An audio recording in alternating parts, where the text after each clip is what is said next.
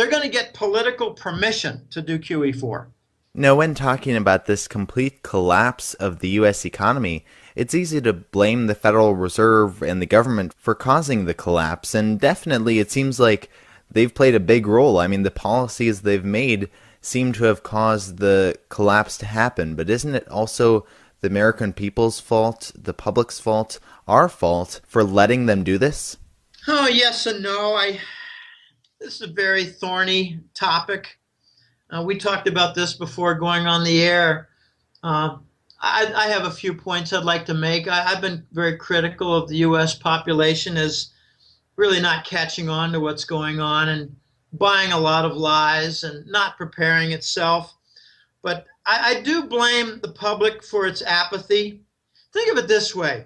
If you live in if you live in California somewhere, let's just say San Francisco or San Diego or LA, you're going to be concerned about your city. You're going to be concerned about your state.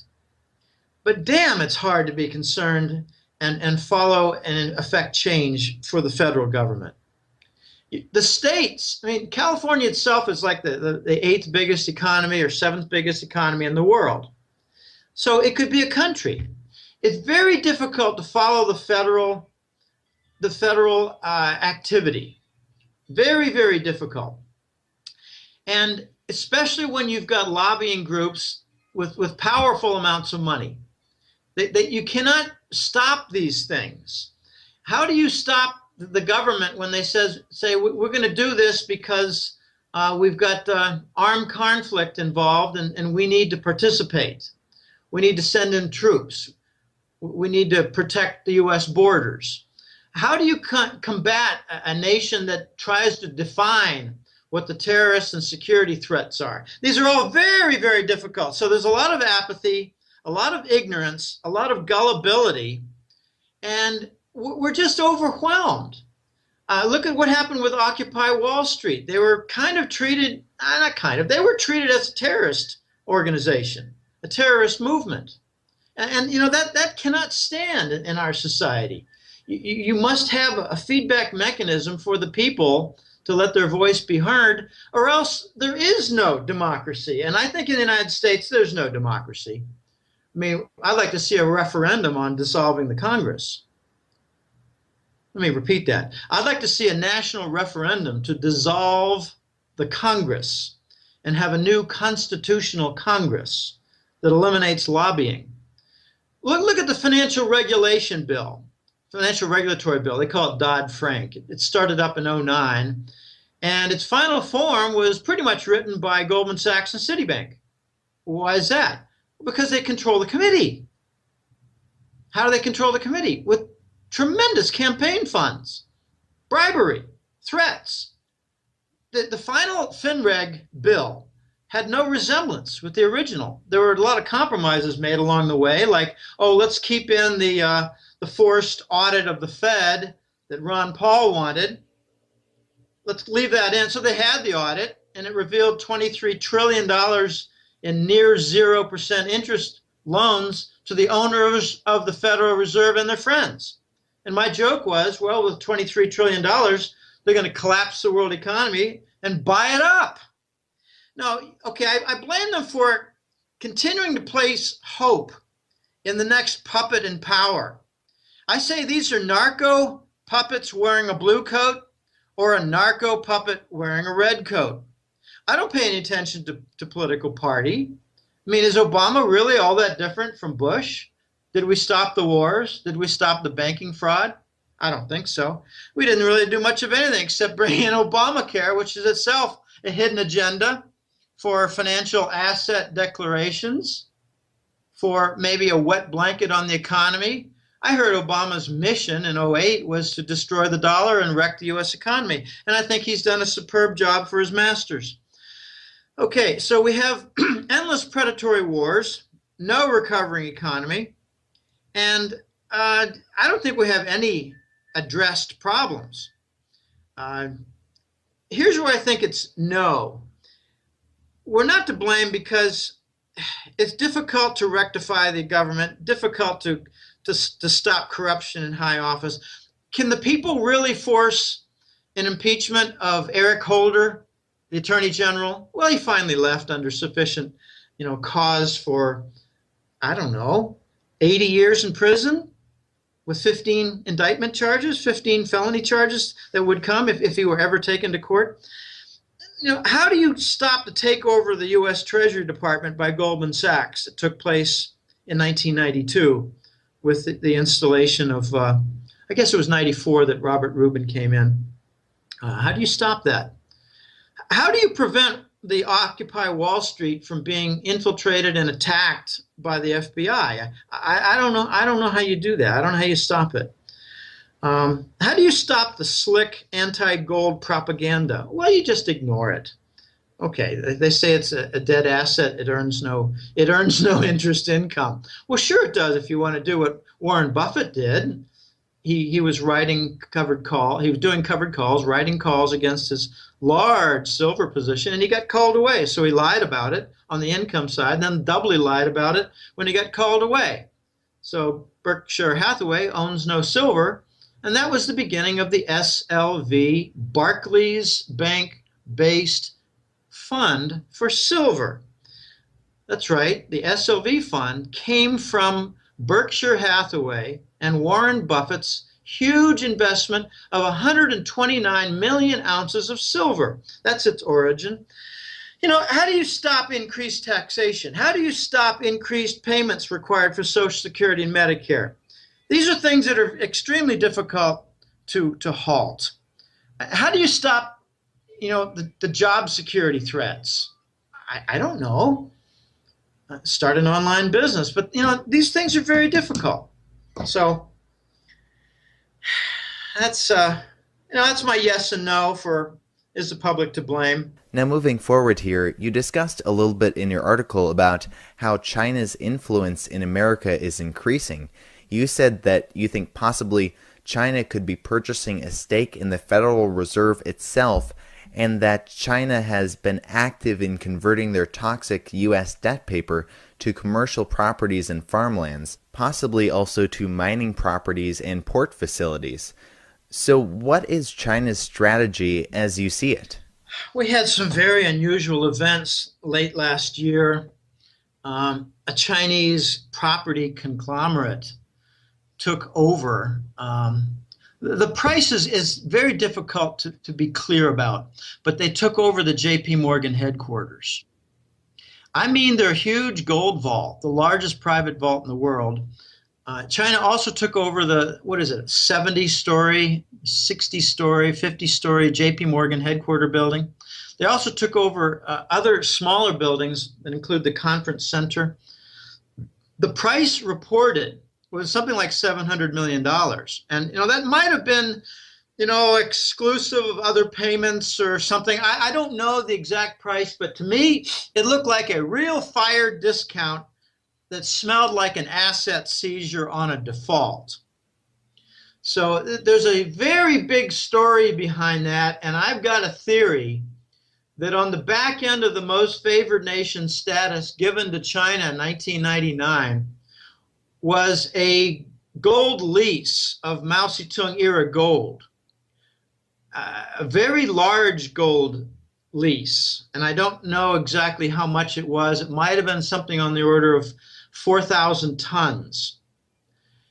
And to secure that, to secure the gold lease, it was like, okay, China will invest in your reindustrialization from Western money.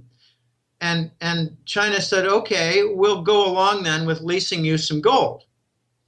And then the Chinese said, well, we don't really trust you. We want some collateral on this gold lease, so we're going to attach the JP Morgan headquarter property.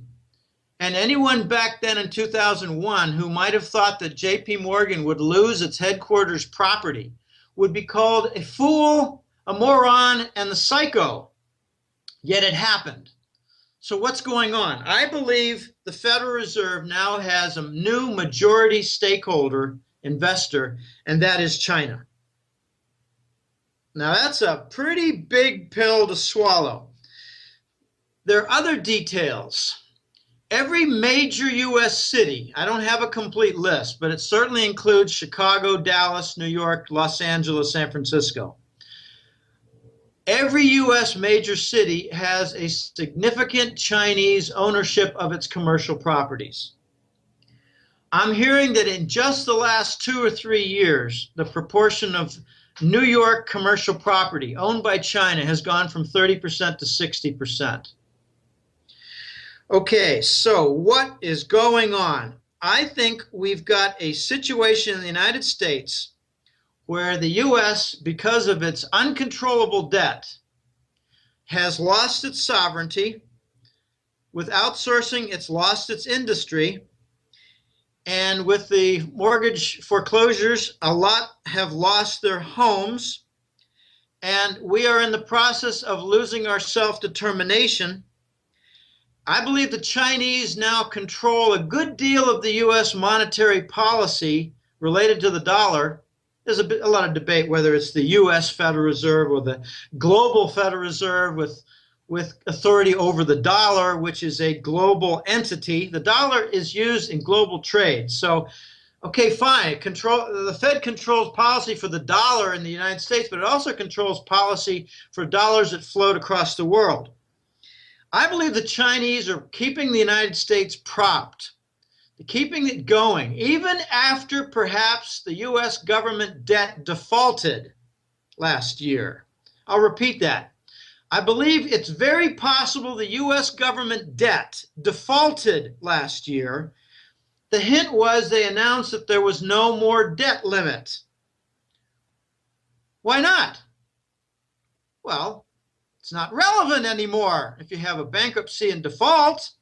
So maybe what we've done is entered a new stage with the Chinese taking controlling interest of the Fed, controlling a lot of the policy and controlling a lot of the liquidation and diversification out of the Treasury bonds. For instance, paying for massive industrial parks in New York and California and Idaho. Those are the 3 centers I keep hearing about. And here's how they're doing it. The U.S. government doesn't want to see, okay, look at that. The Chinese just plopped down $3 billion and they bought, a quarter of Detroit. We don't want that. So what they do is they use not a shell, but they use a front. They use Wells Fargo as a front. And then the Chinese come in and with their collateral of Treasury bonds, they borrow a lot of money from Wells Fargo. Remember, they're supposed to have $1.3 trillion in Treasury bonds. I'll be really surprised if they have more than 700 or 800 billion, but that's a lot of money. So they move a chunk of it into Wells Fargo, borrow against it, and start buying up huge commercial properties in the U.S. major cities. So that's what I think is going on. And they're going to keep this thing propped up until they're no longer able to buy gold or commercial properties in the United States. Who owns the Long Beach, California port facility? China. Who owns the biggest Vancouver port facility in Canada? China. Who owns the Port Richey port facility in British Columbia? China. Just do a little homework and you see that they own quite a lot of port facilities, including almost all of the Australian port facilities. So they're busy with their Treasury bond purchases. They're buying up significant properties in Africa. This is very deep. I think behind the scenes, China is really running a lot of U.S. foreign policy, and they tolerate some of the BS, like disputes over the islands with Japan and between China and Japan. They tolerate that, and they're starting not to tolerate the U.S. interference in Hong Kong with demonstrations. So remember, it's the privilege of the creditor nation to manage the assets, to dictate what assets are purchased, like in the U.S., buildings, industries, constructed new industrial parks. All industrial parks are located, Chinese ownership in the United States, are located next to railway facilities. But the part that's going to hurt most coming up in this Chinese exercise is redirected output. And here's a hint. I found this to be extremely interesting, if not intriguing, back in early September or so, just doing my regular research from the newsletter. I found that a significant portion of U.S. farm-based hay feed used to feed livestock and horses and cattle.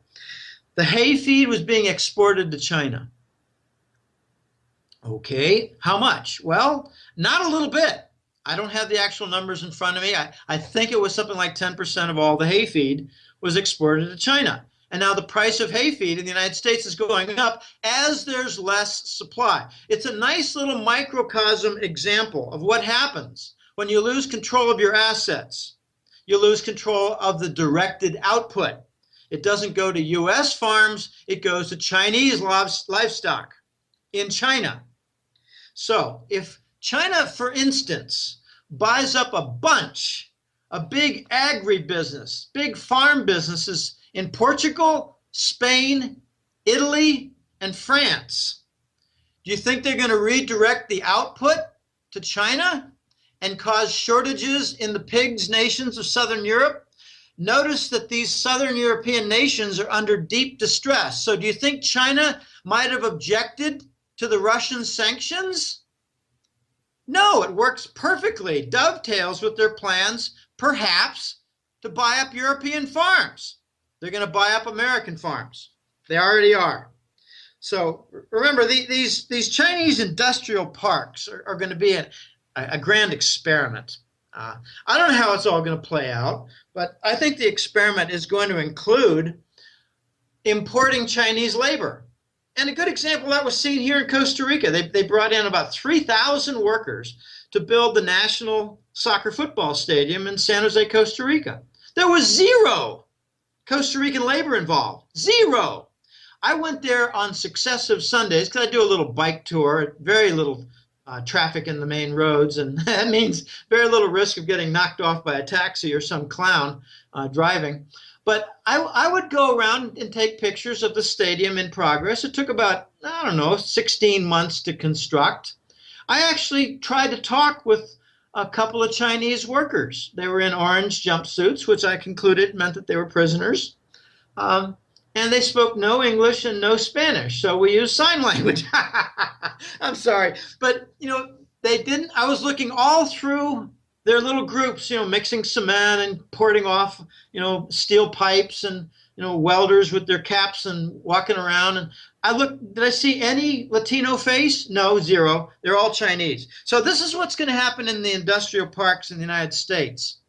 They're buying up slowly, neighborhood by neighborhood. I'm not talking about blocks. I'm talking about groups of blocks in Detroit. Detroit is seeing its water cut off and electricity cut off, and the Chinese come right in there to buy up the vacant properties. Wow, we're seeing a colonization commercially of the United States by China. So they're buying a stake of the Fed. They're converting their U.S. government debt paper and their mortgages. I believe the Lehman event had a couple of factors behind it. Goldman Sachs was at a high risk of financial failure, and the Chinese were dumping their Fannie Mae bonds.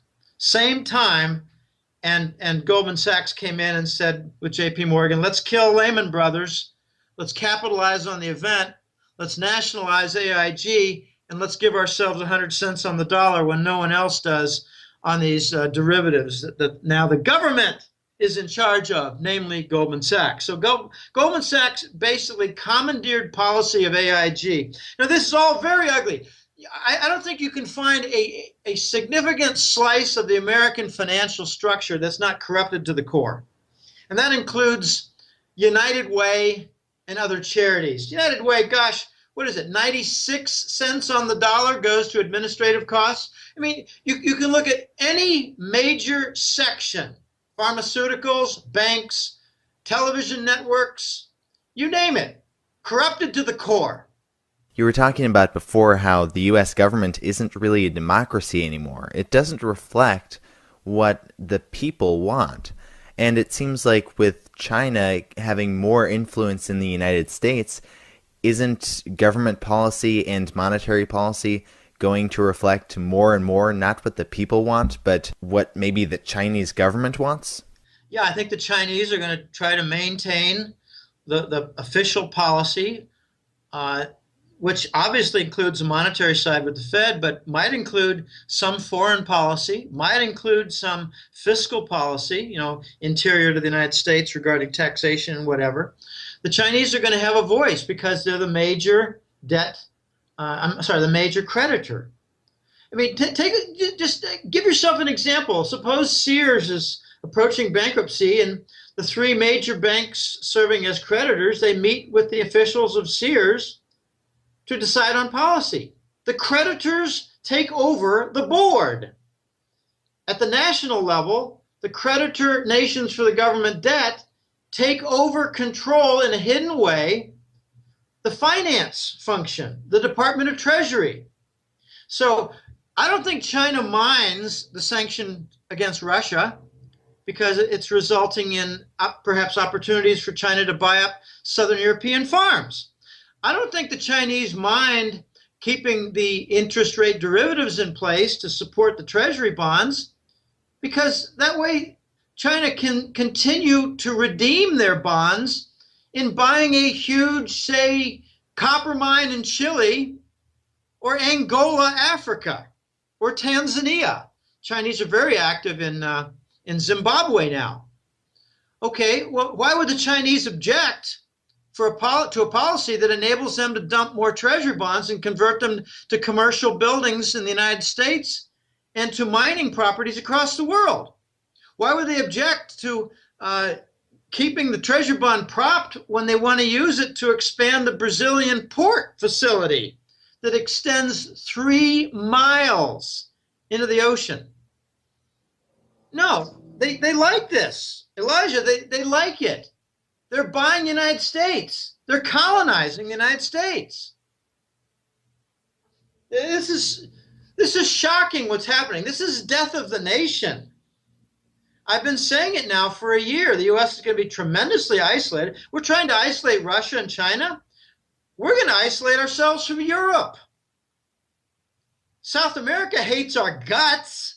We've been assassinating their leaders for 30 years. We've been raping and pillaging Argentina. We had a war with Nicaragua. We used laser weapons and killed 200 people on the streets of Panama City. They hate our guts. We're going to isolate ourselves from Latin America, isolate ourselves from Russia and China. We're going to force Japan and Korea into their hands. And we're going to lose Europe because Europe is going to have a choice. Do we join this alliance with Russia and China, or do we allow our economy to just enter a dead zone like the Americans? Watch the British. They're going to be very interesting to watch because, let's face it, most of the United States genetically and with, heredity is British. It's white Anglo-Saxon Protestant stuff. And watch the British turn toward Russia and China. London does not want to go dark as a financial center. They don't want to have Hong Kong eclipse them. They don't want Frankfurt to rise up and eclipse London. I think Frankfurt is going to give London a real run for its money as a financial center and a RMB hub, which stands for renminbi hub. Watch Frankfurt grow and grow and grow and, threaten London functions, big London banking center. But the RMB hub has two main purposes, and that is convert currencies to and from the Chinese yuan. And the other purpose is to provide a location and market for selling Chinese yuan-based bonds like, say, McDonald's does. I think there'll come a day when the United States finances some of its U.S. government debt in Chinese yuan currency. And what does that provide the Chinese? It eliminates the currency risk. So if the Chinese want to become a more prominent reserve currency globally forced the United States to say underwrite, oh, I don't know, 5 or 10% of the US government debt in Chinese yuan and sell the debt in London, Paris, Frankfurt, Hong Kong, and Shanghai. Wow. It's going to get very weird and very ugly and accelerate on the downside. Watch the big bankruptcies come in the next few months in the United States, starting with Sears. Sears is going to cause a public relations problem for the United States because I grew up as a kid, I bought Craftsman's tools. I didn't buy anything else. I bought a Porter cable drill set. And I thought, gosh, I hope this is good because it's not Craftsman. Wow. I bought it on a liquidation sale in a department store, and I came to learn Porter cable is really good. Well, so's Makita, so's DeWalt. There are lots of good ones now. Now, will Craftsman spin out and avoid, step aside from the Sears black hole? I don't know, but it's going to cause a public relations problem because Sears is part of American culture as much as IBM. Going to get weird. Going to get really, really, really, really weird. It's weird already, but it's going to get weirder. All right, well, Jim, Willie, that's all we have time for today. But once again, thank you so much for joining us today. And people can find you at goldenjackass.com. Jim, thank you so much for your time. Okay, my pleasure. Bye now.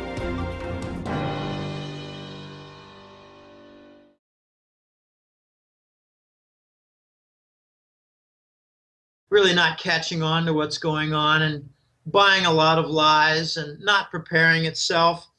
But I do blame the public for its apathy. Think of it this way. If you live in California somewhere, let's just say San Francisco or San Diego or LA, you're going to be concerned about your city. You're going to be concerned about your state. But damn, it's hard to be concerned and follow and affect change for the federal government.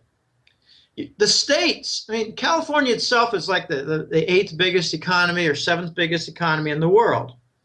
So it could be a country.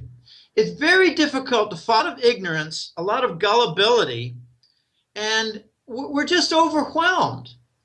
Look at what happened with Occupy Wall Street. They were treated as a terrorist organization, a terrorist movement.